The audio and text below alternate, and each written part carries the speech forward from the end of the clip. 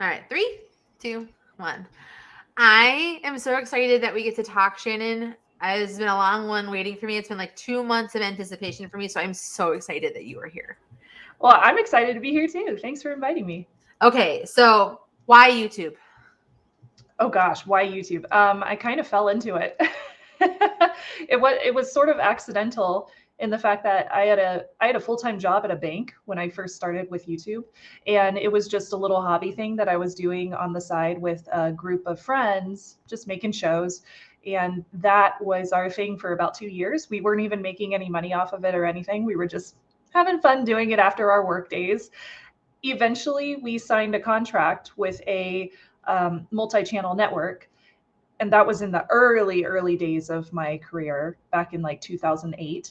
And it just kind of took off from there. Eventually we all figured out like, hey, we could actually make this into a job, and this is a lot more fun than our day jobs. So everybody that I was working with, we all quit our respective jobs and we went full time on YouTube. So yeah, it was just very like circumstantial. Like it just happened to work out that way.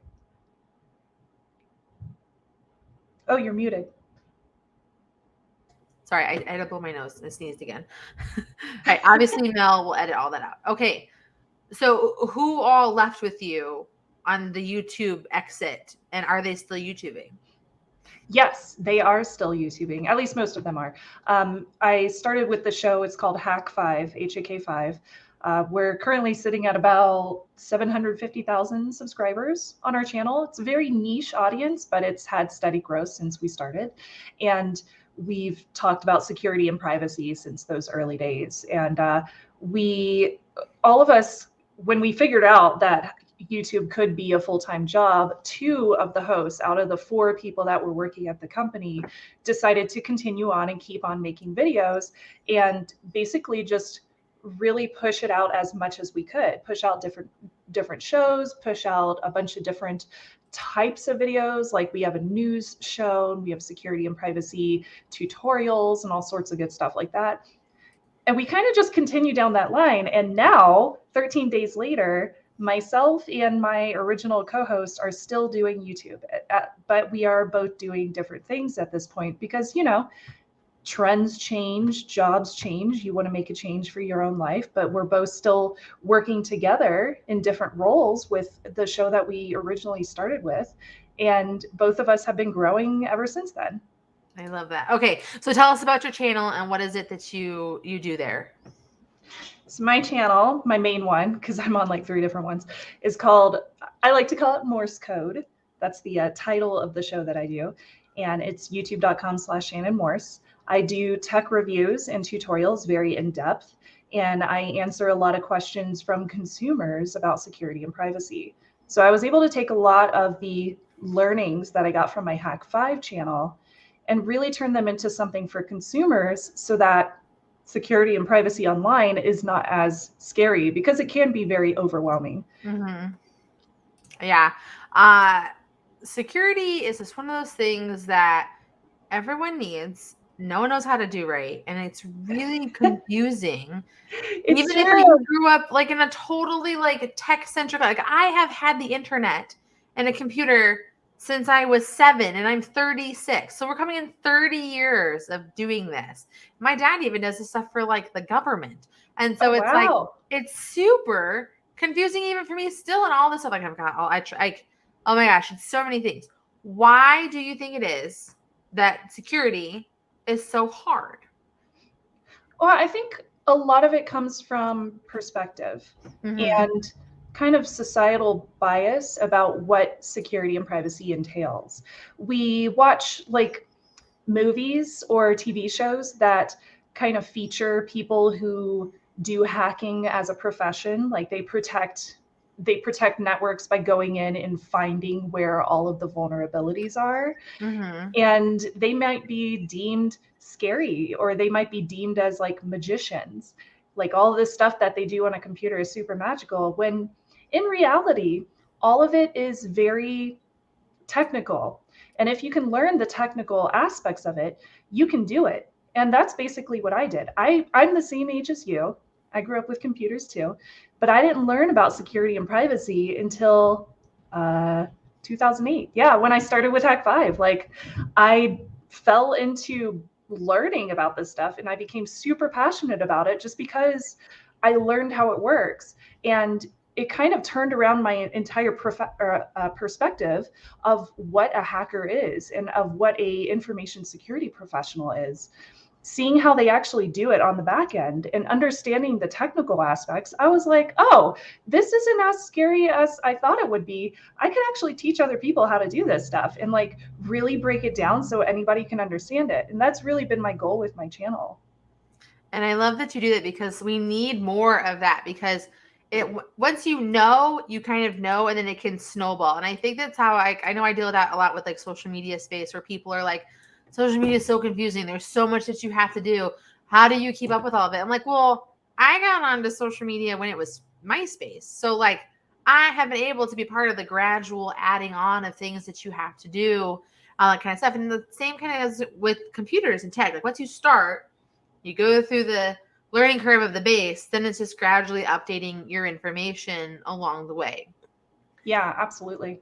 Now, when it comes to YouTube security, account security, and for our female audiences that are out there, which I know we're going to dive into like the bro problem, but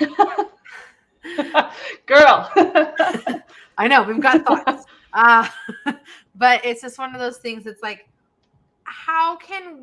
should we be doing as a base to keep our YouTube channel safe? We had an episode with Marissa Romero who had her YouTube channel deleted by a rogue VA who got mad at her because she fired them.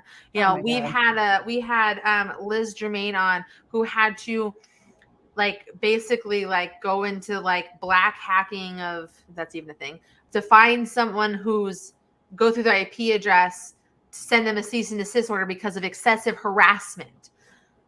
What do we do? Like, how do That's we awesome. create here? How do we create here while feeling as safe, I'm air quoting, safe in this space, so that we can go forward with creating in confidence about making sure nothing happens to this business we're creating, this brand we're creating, and also keep ourselves safe? Well, I think one thing that I've really been trying in the past 1 or 2 years to really teach people is, yes, you've built this really wonderful career around YouTube, but if you aren't taking the steps to protect it, which may sound boring and like you can't really make a lot of income off of just like protecting your accounts because you're not putting content out there, it's really back end work. Nobody wants to do that stuff, but there's no point in growing your channel if somebody else can take control of it. So you really have to pay attention to what you're doing on the back end and ensure that it's ready to go, because the more that you grow, the more haters you're going to get, the more chances people are going to have of taking advantage of your audience, the more chances they want to take advantage of your audience to release scams, to do like Bitcoin scams. If they want to do a live stream like that, we saw that happen in 2020 to a bunch of big channels. So you really have to take steps ahead of the game and start thinking like a malicious actor would be thinking. So if you look at your own channel and think, okay, like I'm using this specific Gmail account to log into my Google account that is managing or adminning on my YouTube channel. Is that Gmail account protected? Like, how are you protecting it? Are you using that password on multiple sites? If you are, you should probably sign up for a password manager. Password managers are really easy to use and they actually save a lot of time. Even though it's a little bit setup process at the start, at the get-go, it saves so much time in the long run because you're just auto-filling passwords whenever you need to log into different sites. Are you using two-factor authentication? Like, are you getting a code sent to your phone right after you put in your password? Because if you are, that's great, because somebody has to have your phone in order to log into the account. But if you aren't, that means anybody who has your password already would be able to log in. So just the high level overview is make sure that you're focusing on protecting it before you get to the point where people start attacking you. Because the moment that it happens, I can't help you anymore as somebody who wants to protect you. The only people that can help you are YouTube. And YouTube is constantly dealing with different channels that are getting hacked or getting scammed or they're getting deleted. And it could take them months to fix a channel. especially if you're not one that has a huge audience or you don't already have their ear. And a lot of times when it comes to us smaller creators, we don't have YouTube's ear. So that means that we could be losing out on income. We might even have to start a new channel. And at that point, like, you may feel like, what's the point? I might as well just change my career path. And we don't want to see that happen. I want to see more women on YouTube, especially doing like doing tech work, working in these technical roles that you usually see that are very male dominated spaces, because we need more of those people out there that are being vocal and talking about this kind of stuff. Okay. So protect yourself. 3 things that we can do as soon as this interview is done. What are the 3 things that we can do to protect our YouTube channels? Number 1 would be on the Google account that runs your YouTube account. Make sure that you have 2-factor authentication turned on. It's really easy to do. It might take you 10 minutes to find it in your settings and turn it on and then set it up on your phone. But once you do, it's very easy. And it's like basically an automated process at that point. So that's like the biggest thing. And that will deflect most of the attacks that you see hitting YouTube accounts these days.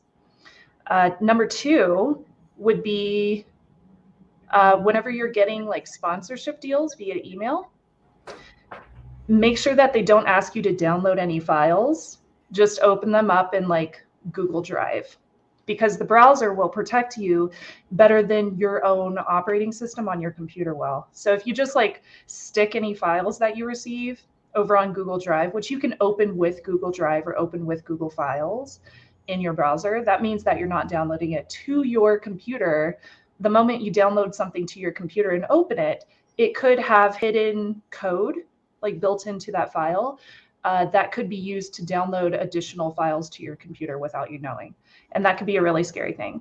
So be careful with any potential sponsorship emails. Don't download anything. Just make sure that they're legitimate.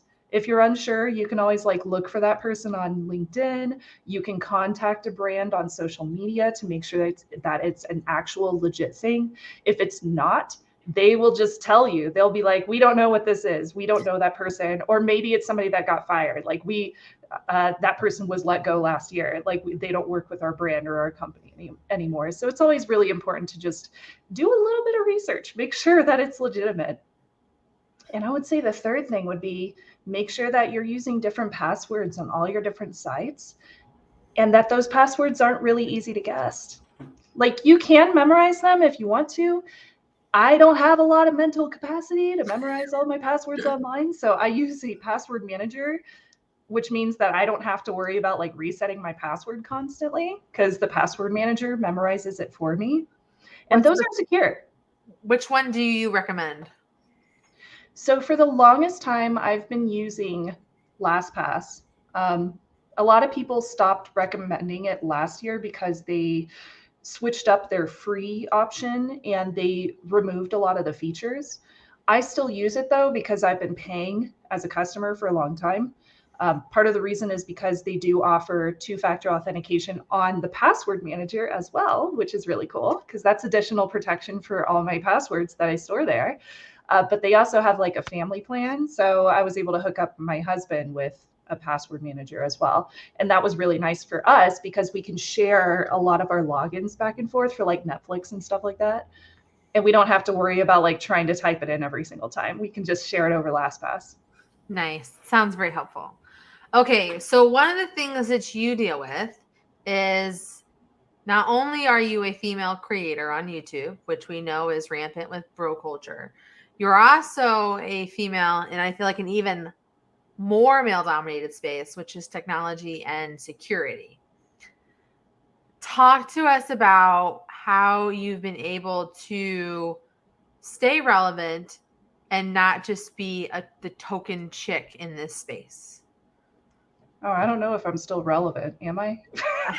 I think you're totally relevant. All right, hold on. I need to take a moment to boost some things up. First and foremost, you need to remember you are a badass who does a lot of really great stuff that helps a lot of people. Number 2, you have been able to build an amazing community of loyal supporters who not only believe in what you're doing, but you're also able to help them on the journey that they're on. And 3, you've got a lot to say and a lot to give. So no more talk like that up in these parts. Well, thank you, Desiree. I appreciate that. It's the imposter syndrome coming out for sure. It's Friday. You're a little forgiven. So. Oh, well, thank you. Yeah, I think part of it has to do with being in a tech role, especially with information security. It's constantly changing. So I'm constantly learning new things and I never give up on that. I love being a sponge and just like sponging up as much information as I can and really being in tune with what's going on, whether that's like, the newest thing is NFT and cryptocurrencies. Like everybody wants to know about that. So that's something that I've been educating myself on. I'm still learning. And I constantly tell people that too, so that people realize that I don't think like crazy highly of myself. I don't think that I'm better than anybody else. Like I'm learning too alongside you. The only difference is I feel comfortable getting on in front of a camera and sharing what I'm learning. And I constantly do that so that people can learn along with me. And I think that's something that I've lived by since I started doing this, because I wasn't doing any kind of hacking before Hack 5. Like none whatsoever. The biggest thing I did was like I built a GeoCities website when I was in middle school. Like I learned HTML. Cool. Yay. Like that was just me wanting to find an online community of nerds because I didn't have that in Missouri. But like now I'm still learning every single day. So I think that helps keep me relevant and dealing with people maybe thinking differently just because I'm a woman.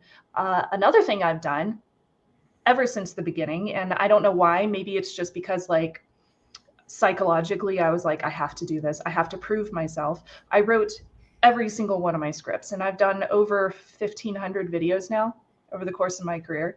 Probably a lot more than that, actually.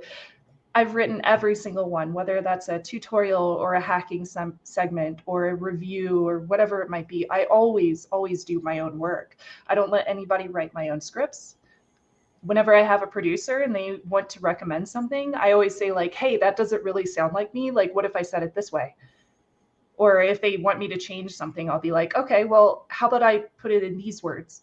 So I always try to make it known that I want to be my own personality. I want to be my own person and be independent when it comes to either working on my own shows or working with somebody else. And that has helped me really keep that independence. And it's something that I can prove to anybody who, looks at me and says, she's just a talking head, or she's just there because she's a girl. They only like her because she's got boobs. Yeah. I've been told some pretty gross things about me and my co-hosts, because I've always had like men co-hosting with me. People always assume like there's some kind of relationship thing going on there. Yeah, it's super gross. And I'm just like, no, he's married and has kids, and also he has a girlfriend. So like whoever I'm working with, like, no, also I'm married. So like, no, definitely not. Yeah, so like I've even had in the past, I had somebody who I worked with try to change how I had written a segment. They were like, this should be shorter. So they started rewriting my entire script. And I went in and I basically told him straight up, I was like, you can't do that. First off, because that's one of my rules. Nobody ever writes any of my scripts for me. But I agree with you.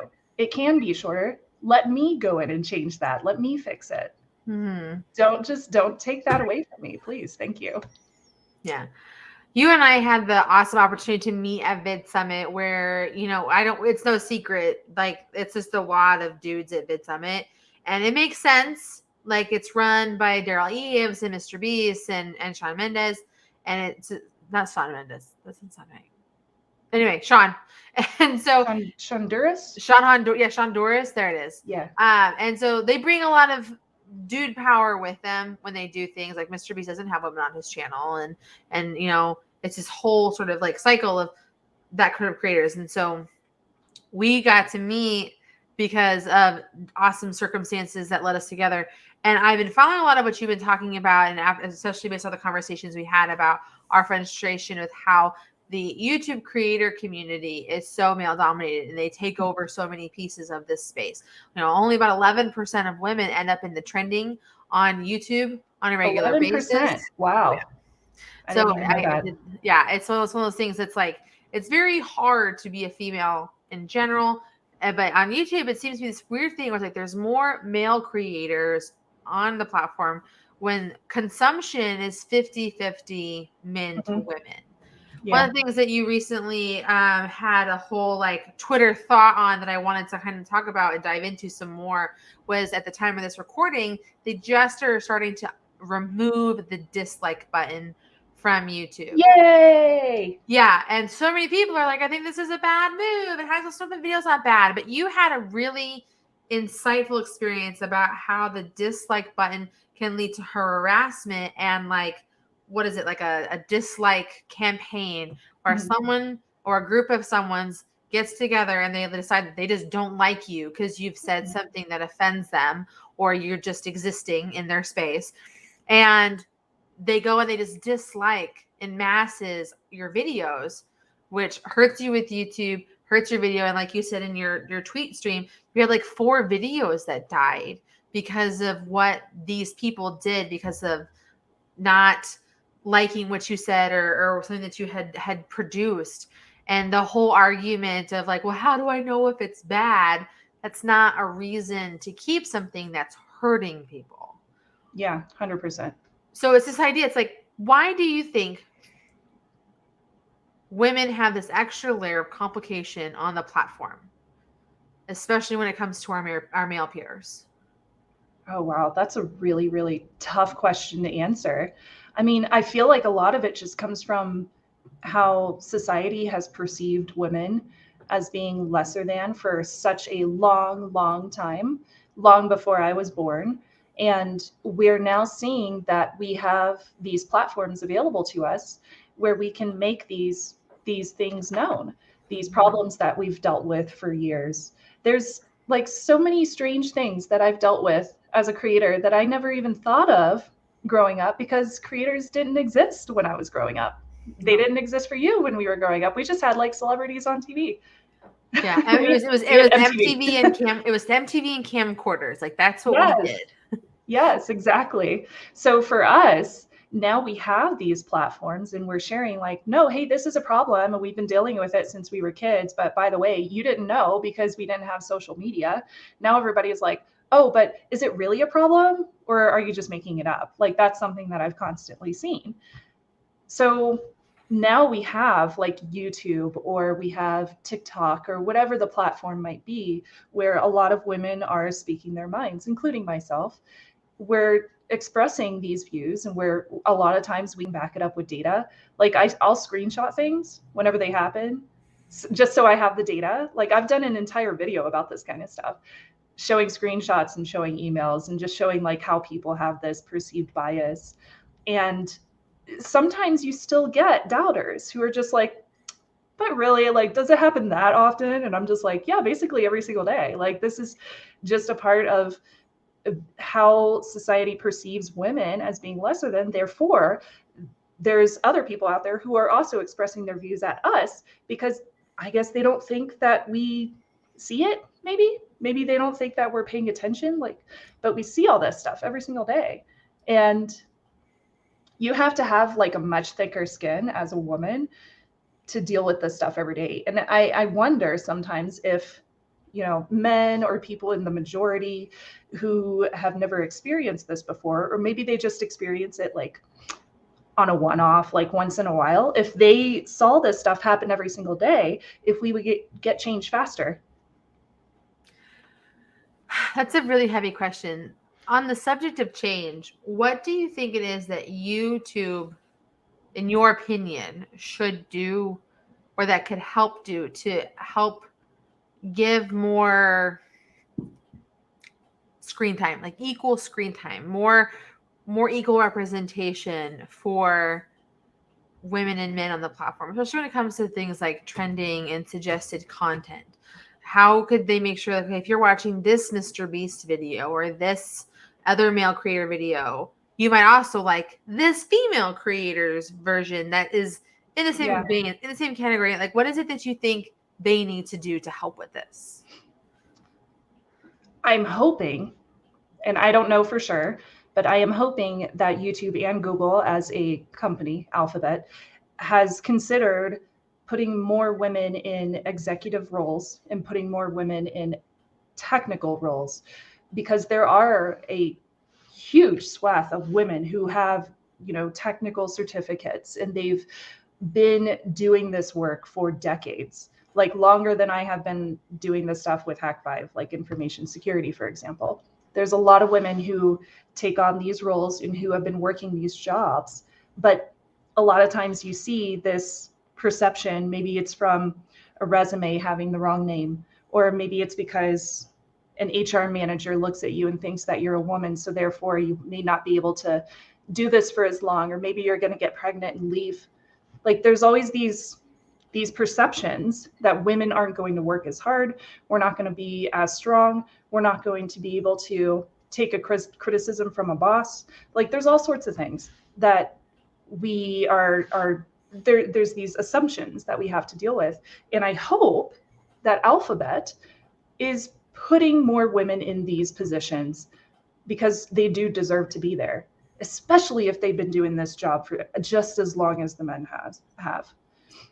Do you think that because men are making the codes and the algorithms for the platforms, that it is causing this, even I could to give them the grace, accidental sexism? Yes. Yes, absolutely. We've seen the data to back it up. Mm-hmm. Like we've seen data about, for example, facial recognition, accidentally flagging women and people of color quite often, just to bring that up as well, as somebody who should be banned from a theme park, or who has been caught, stealing from a store before, even though it's a false positive. So like we've seen this happen before. There's obviously a built-in gap of information that's missing to make things like artificial intelligence and machine learning better for minorities, women included in that. So we really need to focus on putting women in the roles who can make sure that the programming is there to ensure that that gap is closed, and we no longer have those issues with technology that's currently out on the market, and that a lot of companies, quite frankly, are using, like in the public right now. Yeah, there's this great book I read called Technically Wrong that really focuses on like the intention of a software, an app, a program, and the rules they put in place and things they're trying to limit, and why they completely missed, like they completely missed the mark on it. For example, with Facebook, for a while with Facebook, for a long time with Facebook, you could not use a name that wasn't quote unquote a name. Like I couldn't say that I have to say my name is Desiree Martinez. I can't say that my name is like Captain Underpants, right? Just for like a completely absurd like example. But they ran the example in the book that I will never forget is with the indigenous population, where they were putting their indigenous names into the platform, and Facebook was flagging them saying that's not your real name. And they were like, this is my name. And it was causing a lot of problems because Facebook had this intention, but it was telling these other people like, oh, well, your name isn't good enough to exist within our algorithm and our platform.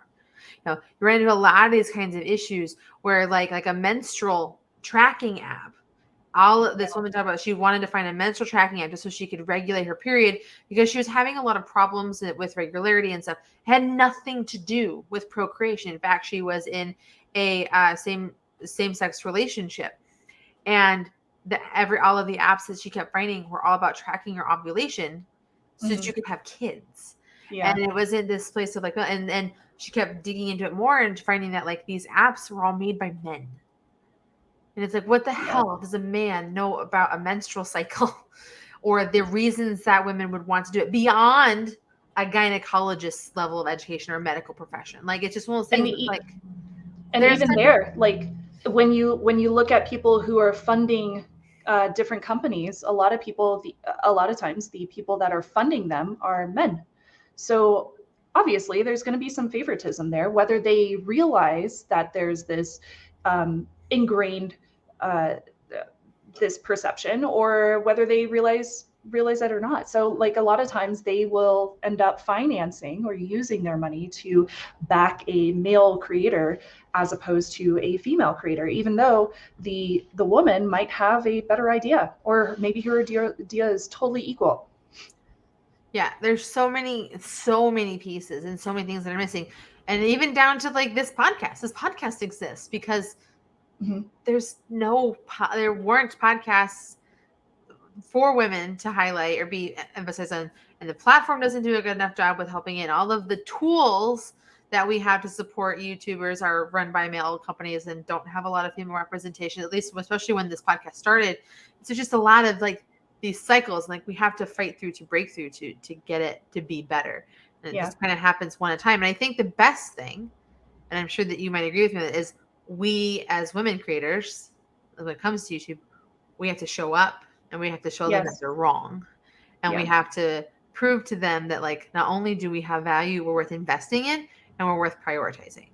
Yeah, absolutely. I mean, for the first time ever, I'll give you a great positive example. For the first time ever, I just sold out for the rest of the year with sponsorships for my channel. That's never happened before. Yay! But yeah, I know, right? Yay! I'm so happy because I could finally save up for a new camera, and I've been needing a new camera since like 2015. So I'm very excited about this.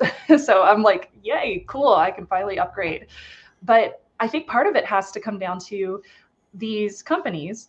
Not only are they giving me a chance, but 2 of them have worked with me before, and they saw positive feedback, and they saw like really good CTR or whatever it might be. They decided to come back and sponsor again because there was something there. So they had given me a chance previously, and they saw my work, which is very much based on my 10 years of experience, 13 years of experience. Oh my God, it's been so long. I'm so old. And they realized like, oh, she actually is like a good host that we can have talk about our product. So yeah, let's hire her again to talk about our product again. Like this has happened before. But a lot of times if the company doesn't give you that chance at the get-go, then how are you ever going to find out that that is indeed very valuable to you as a brand or as a company? You won't.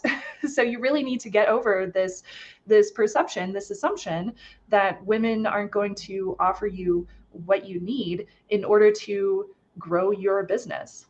Like there needs to be that collaboration, and there needs to be that space at the office table or whatever, the conference table, as they say, so that we can actually show you the data and show you the analytics. But if you don't give us that chance, then you're going to miss out. Okay, so then this is a good transition into the money business part of this question. So you just said sponsors are able to come back, show and prove. What do we as creators, what do we need to have, present, show to get people to sponsor our channels? So one thing I did with one of my early advertisers was I asked them if they could share the CTR data with me, and they did. So I have like a whole graph showing the click-through rates per day from the one video that I did. And they made several $1,000s off of this one video that they did with me, which was very profitable compared to like how much I was paid back many, many years ago when I did this sponsorship for them. So I still use that example and provide it as a part of this whole like PDF package that I send to potential advertisers. I also have a rate sheet, and I also offer different tiers. So if there's a company that comes to me who specifically maybe wants to sell out an entire month, then I'm like, okay, but also check out my Twitter account. Like this account also has good following, great engagement. Like you may want to sponsor on this one as well. So there's always different ways that you can like influence how a company is going to work with you. I've also learned that different companies want different things out of a sponsorship. Not all of them want to sell a thing. They might just want to have awareness for their brand. They might just want to have more follows on social media. Or maybe they want to come to you and actually have you like help them with a campaign that's going on for a very specific amount of time. Or maybe they just want more people to buy their stuff. Like that's always like kind of the end goal for brands, of course. But many times if it's a new company, they may just want to spread awareness, and understanding and asking these kind of questions of what do you need? Who is your target market? Like that can really help you develop a good conversation with a company because they actually know that you mean business. You want to make sure that they get a positive outcome from the sponsorship and from the collaboration with you as a creator, as opposed to just getting money from them and running. No, So for if sure. you show that interest, if you show that you want to be engaged and you want to work with them, you're interested, like, hey, I can screen record your product. If it's a software product, I'm more than happy to screen record it so people see my name and my user account and that I'm actually using it. And then I can kind of provide some feedback and say, like, this is what I like about this software. And they may not even think about that. They may think that they just don't even need to send you a product or send you the software license in order for you to advertise it, which a lot of times companies don't care. But it can definitely make them keep you on their radar, especially for their like PR companies, so that they can come back to you in the future. Yeah. I also think that there's something to be said too, like when you're approaching sponsors, it's not, you had mentioned too, like other like associations and brand awareness. The other thing is what you're creating, they can also use in their marketing. Like they could be using, absolutely. you could be, you're essentially kind of saving them some work by creating content for them so that they don't have to. So there's a lot of like that kind of stuff that works in your favor as well, I think, to think there's opportunities for sponsors. So the big question I loved asking, how do you make money, Shannon? Oh, so many different ways. I'm the epitome of diversify. Okay, so let's break it down so that our ladies can learn too. So of course, the first one was ad revenue off of YouTube. What kind of ad revenue do you usually look like? What is your click-through rate and stuff like that? Because you are a tech channel, so it's a little different. Yeah, that's a good question. So I don't get a lot of ad revenue from affiliate codes and marketing, except for very specific products, which is really weird. Like I have an affiliate code for a litter robot and people constantly use it. And I think it's because they offer a discount if you use an affiliate code. So I get a kickback and the person that's buying it also gets a coupon. So, I mean, that's a win-win, duh. So that's great. But when it comes to ad revenue, I also get decent amount from my YouTube ad revenue, which is, solely based on views and watch time and what have you. So that's always a good thing. Merchandise sales are a lovely feature that I've been using. I sell some kind of weird stickers and people seem to enjoy them. I made a sticker which was a reply to a guy who said my studio had too much pink and therefore he felt like he was walking into the girls' room. So my reply, I don't know if I can cuss on your... Go ahead, go nuts. Okay, so my reply was no, but also fuck you. And I made it into a sticker. And for the first 100 stickers that I had produced, I gave a portion of the proceeds to a Girls Who Code charity. And that was kind of my kickback of like, screw you, girls can like pink and also like really enjoy programming or nerdy stuff. And that doesn't necessarily mean you're walking into the girls' room. But even if you're walking into the girls' room, like my girls' room has a 3D printer. So like, I don't know why walking into a girls' room is a bad thing, but that is amazing. You have some problems and you're projecting, so please stop projecting. So I make fun merchandise, which is kind of like a reply to the haters, and that makes it really enjoyable. Especially if I have one of those stickers. I love it. Yes, I gave you one. I have one on my laptop as well. It's wonderful. It's a conversation piece for sure. And then I can tell people like it's also a deterrent. Like if I'm especially if I'm in a public space, like headphones on, don't talk to me. And then they do, but the laptop stickers have helped with the interruption for sure. I think the biggest part of my revenue is using crowdfunding. Since I've been doing this for so long, I have a built-in audience that is really loyal and they want to see me succeed. And I have shared, I've been very transparent about how I've built out my business and how I'm able to provide more content and how I'm able to grow this business so that they keep getting that content. Mm-hmm. And I think that's really helped. So Patreon is a great one, and Buy Me a Coffee. And then, somebody bought me coffee this morning. So like it definitely works. And that's how I was able to originally go full time. After I stepped away from co-hosted shows, was Patreon and Buy Me a Coffee. So those have definitely helped with a lot of the growth. But of course, a lot of that has to do with like having an audience there who can support you. Mm-hmm. And if you're just getting started as a content creator, that can be a lot harder to succeed with crowdfunding. So oftentimes you do need to focus on sponsorships and ad revenue in order to boost your support to the point where you can open up those kind of crowdfunding goals and use that as an additional source of income. Well, I think that you're just filled with great information. So I gotta ask a couple rapid fire questions before we move on to my final grilling of questions. Okay. Okay. So I'm what ready. do you currently film with? A few different things. I use a Sony ZV-1 for B-roll shots, top-down shots on a table. And then I also have a Sony A7R2, which is why I want to upgrade because it's very old. And that is my main camera for all of my A-roll, like talking head type of shots. With that, I have a glide gear, and that's how I do my teleprompter. Since it is technical and factual, I need to make sure that I'm I'm definitely focusing when I'm recording and I don't go off on tangents. So I use a teleprompter to make sure that I'm focused. Girl, And scripts are great. I script up. I agree. used to do the like plan, like bullet point and chat. Once they switched over to the scripts, they found that my videos were much more concise and Yes. Plus, then I also had a blog post built in already, so I could just like repurpose it. I do the same thing. I copy and paste my script and I put it into YouTube for closed captions, since they can automatically find the closed captions now. Why did I not think to do that? I am Yep. such a As soon as they made that a thing where it's auto captioning, and that's an option now in the Creator Studio, I started going back and copying and pasting all of my old scripts because I keep all of them.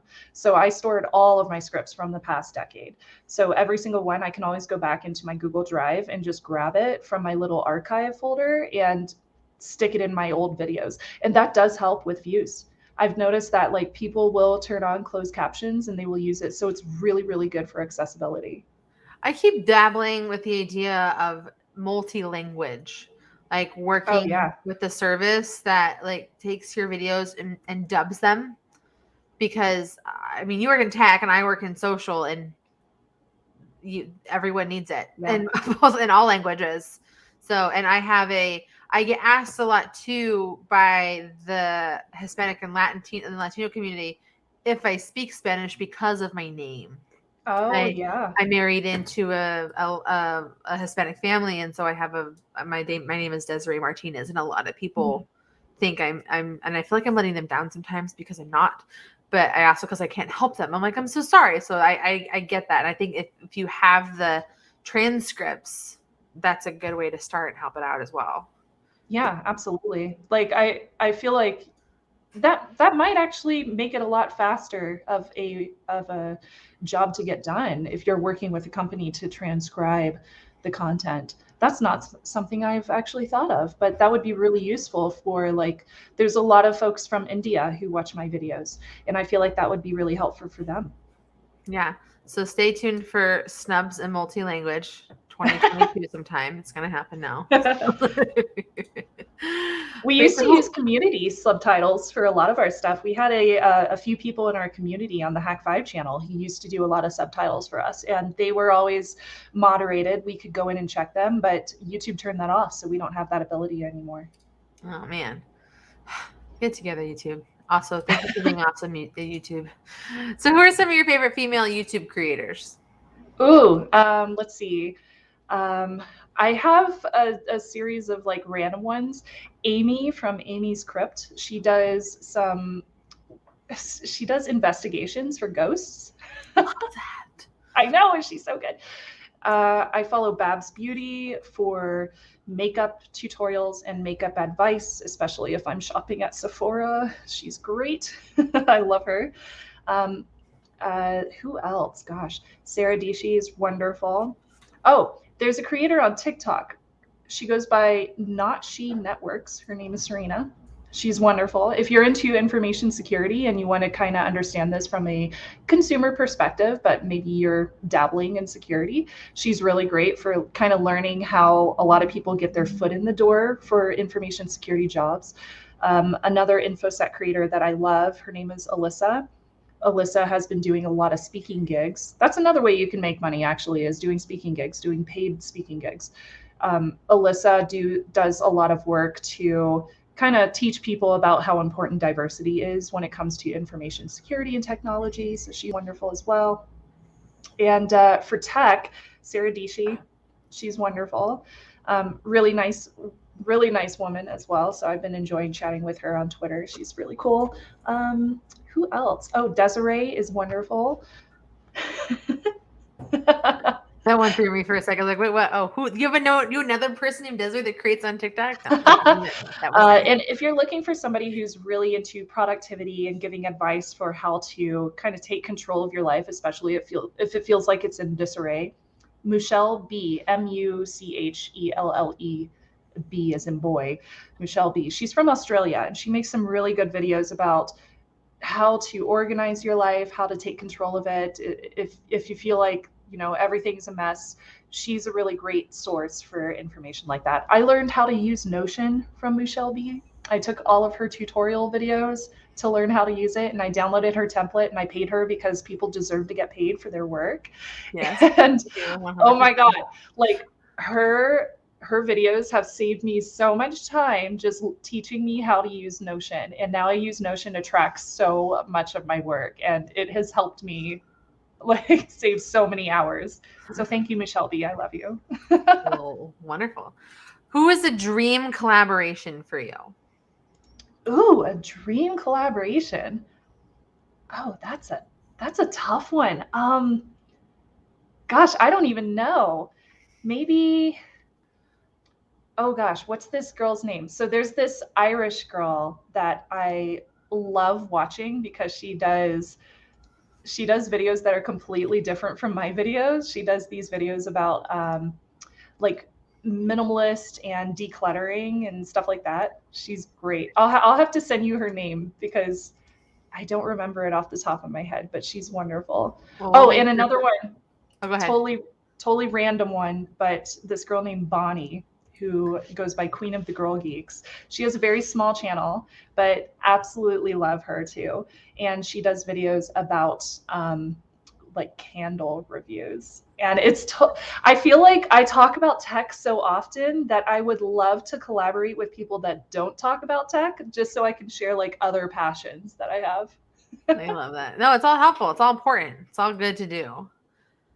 What is your favorite video you have made so far to date? Girl, I've done like 1,500 videos. Oh, how about the last year in 2021? What was your favorite video? Okay. Let's see. 2021. Probably. I did this really awesome video about how to use Yubico keys. And not only am I a fan of Yubicos because I've purchased them through the past decade. These are little 2-factor authentication keys that you can use. It's like an upgrade from getting a code sent to your phone whenever you turn on 2FA. And instead, it requires you to have the key with you to log into your account.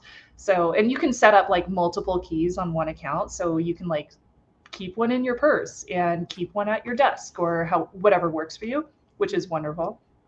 And I loved it because the engagement that I got from that video was so good. I had tons of really, really good questions in the comments, and I could tell that people were really interested in learning more about security. So like the engagement was great. That's cool. Like yay views, but also it showed me that what my audience was interested in, and it's something that I was really passionate about too. So it sounds like super dorky and nerdy, but at the same time, like it was wonderful to see so many people so interested in security and privacy. It's because I think what's great about that is it's a simple way to keep your stuff safe. Yes, exactly. It's a physical way to keep yourself safe. Very similar to like how like a house key, you have a house key a car key. Like it makes you like I physically can get into my home no matter what, even if my technology fails or whatever. So I can get that. That's good. So what is the next YouTube goal you're looking forward to crushing? Ooh, it's a goal that people have to help me with, and that is reaching 100,000 subscribers. You'll get there. I have no doubt. Yeah. I know I will. It's just a question of when. So yeah, that's a big goal for me. I know that there's only so much control I can have of a subscriber goal, but that's a big one for me just because it's visual. It's something I can show my mom.